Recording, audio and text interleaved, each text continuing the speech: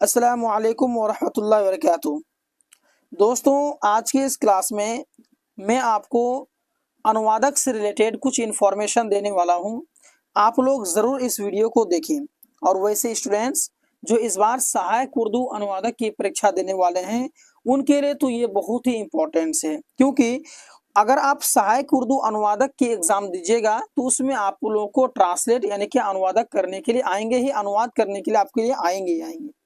तो उससे रिलेटेड यानी कि जब आप अनुवाद करेंगे कोई भी चीज को, चाहे आप उर्दू से हिंदी करें या फिर हिंदी से उर्दू करें या इंग्लिश से उर्दू करें या इंग्लिश से हिंदी करें या हिंदी से इंग्लिश करें, आपको उन कुछ नियमों का पालन करना है। और किन किन बातों का पालन करना है, किन बातों को आपको ध्यान में रखना है, आज के इस क्लास में मैं आपको समझाऊंगा कि तर्जुमा से मुतालिक अहम निकात, यानी कि आपको तर्जुमा करने के वक्त में किन किन चीजों की तरफ फोकस करनी है, किन किन चीजों की तरफ आपको ध्यान में रखना है। देखिए, तर्जुमा निगारे के लिए दो चीजें बहुत जरूरी हैं।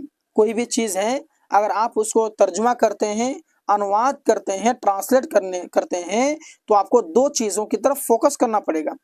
नंबर एक में क्या है कि दोनों जबानों की जानकारी होना, यानी कि अगर आप उर्दू से हिंदी की ओर ट्रांसलेट करते हैं तो उर्दू में भी आपको महारत होनी चाहिए, आपको हिंदी में भी महारत होनी चाहिए। यानी कि अगर आप उर्दू से हिंदी में कर रहे हैं तो उर्दू में तो आपको महारत होनी ही चाहिए, साथ साथ में हिंदी में भी आपको महारत होनी चाहिए।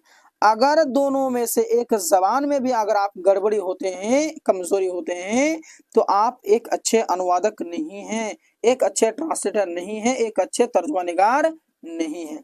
तो मेरा कहने का मतलब है कि अगर आप लोग अनुवाद करना चाहते हैं तो जिस लैंग्वेज में अगर आप ट्रांसलेट करेंगे, दोनों लैंग्वेज में आपको जानकारी होनी चाहिए। अगर आपके अंदर कमजोरी है तो आप अभी से ही दूर करना शुरू कर दें।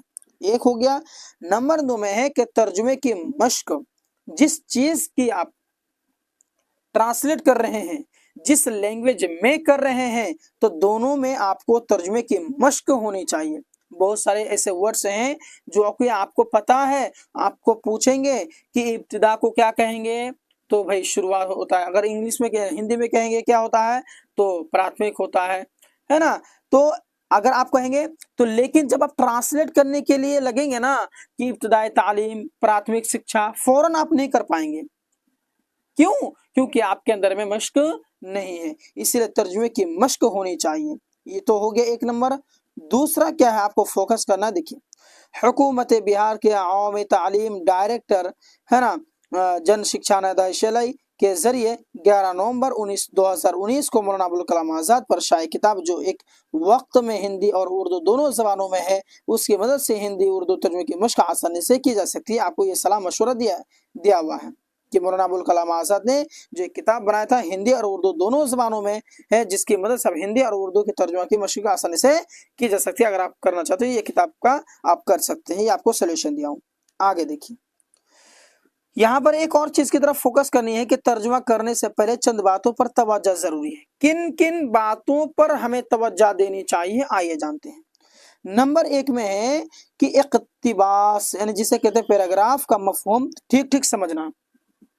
कोई भी पैराग्राफ है उनको आपको ठीक ठीक आपको समझना होगा, उसका मतलब को समझना होगा, उनका मीनिंग को आपको समझना होगा कि आखिर वो जो है सेंटेंस, वो जो जुमला है, आखिर वो कह क्या रहा है ना। तो इक्तिबास यानी पैराग्राफ का मफहूम ठीक ठीक समझना। अगर आप ठीक ठीक नहीं समझेंगे तो पता चला कि कहाँ का मान आप कहाँ घुसा दिए, है ना।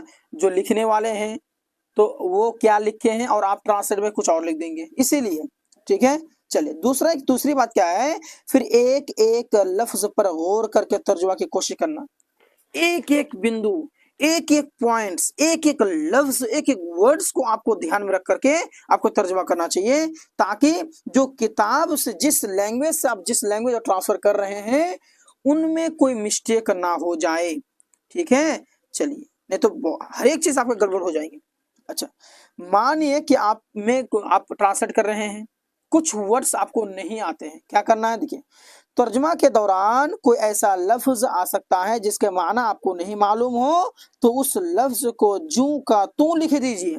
एग्जाम में भी आप बैठेंगे, हो सकता है कि आप वो जानते हैं, एग्जाम में आप भूल गए हैं और आप ट्रांसलेट कर रहे हैं, तो आपको क्या करना होगा, उसको जू का तू आपको लिख देना होगा।